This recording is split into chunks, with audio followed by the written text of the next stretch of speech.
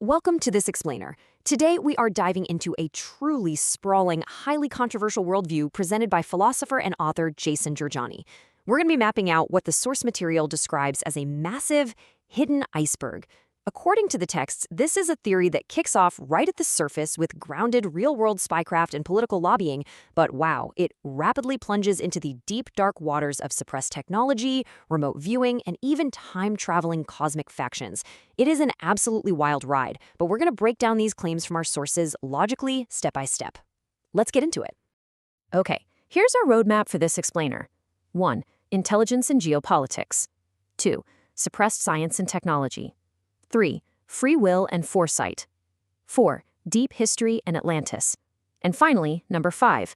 Time travelers versus non-human intelligence. All right, Section 1. Intelligence and geopolitics, the surface level. So, according to the source material, this whole journey doesn't actually begin out in space. It starts in the gritty, real-world realm of international espionage. Jorjani claims his entrance into this bizarre world began with his political lobbying efforts, which actually maps out on a pretty dizzying timeline. Back in 2016, he publishes a book on philosophy and the paranormal called Prometheus and Atlas, which allegedly gets him noticed by intelligence assets. Fast forward to the spring of 2017, and he claims he got involved in an organization called the Alt-Right Corporation. He asserts this group was aimed at guiding political movements and was supposedly bankrolled by a man he later found out was an MI6 operative. Now, Jorjani maintains that his own true personal goal was to lobby for progressive, cosmopolitan regime change in Iran, but realizing he was kind of losing control of the organization and the promised funding wasn't materializing, he jumped ship and resigned in the summer of 2017. Well, shortly after that, in September, a secretly recorded and what he says was a heavily spliced video of him was published by major newspapers, effectively defaming him.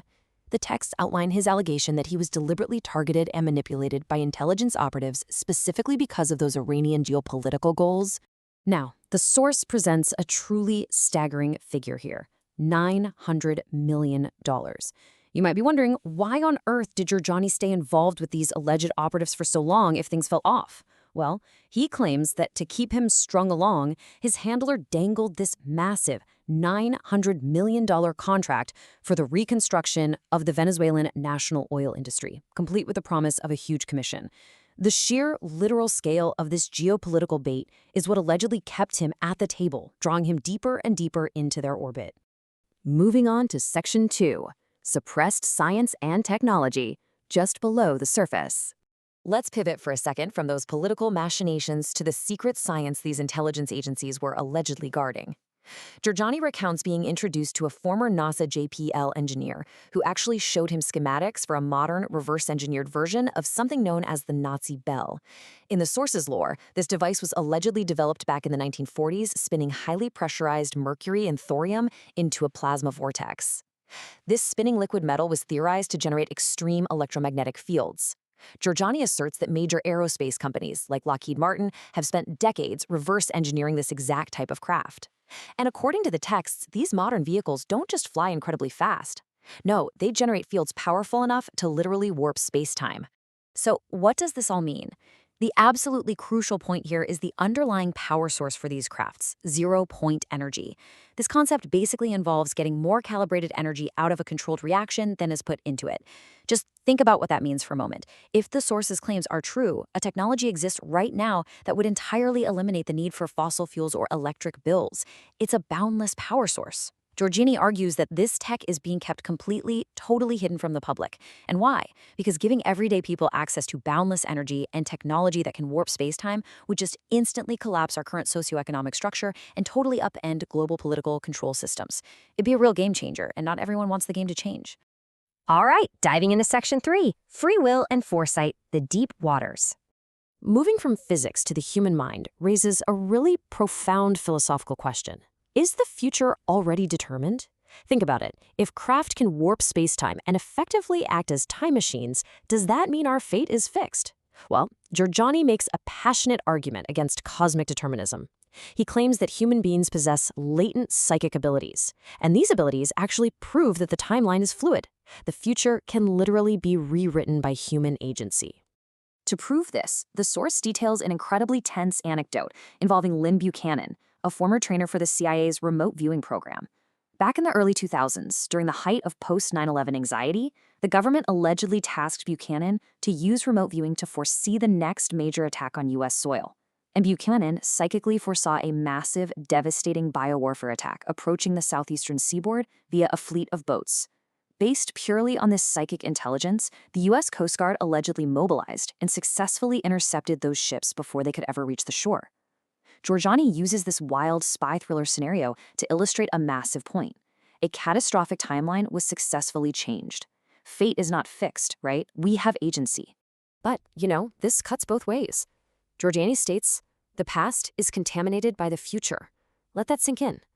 If we can project our minds forward to see and change the future, then a highly advanced civilization could use technology to reach back and alter our past. This transforms the whole concept of time into a literal battlefield, where different factions might be actively editing history to secure their preferred future. This brings us to Section 4, Deep History and Atlantis, the Ocean Floor. We are now hitting the bottom of the iceberg, exploring deep prehistory, ancient megaliths, and the ultimate origin of these phenomena. Consider the number 1,300. That is the weight, in tons, of individual megalithic stones found hoisted onto a 40-foot platform in Baalbek, Lebanon. To put that into perspective, 19 of our highest-grade modern cranes couldn't move just one of these stones today. No way. The source uses this architectural impossibility to argue that a wildly advanced civilization, with engineering capabilities just far beyond our own, existed on this planet long before recorded history.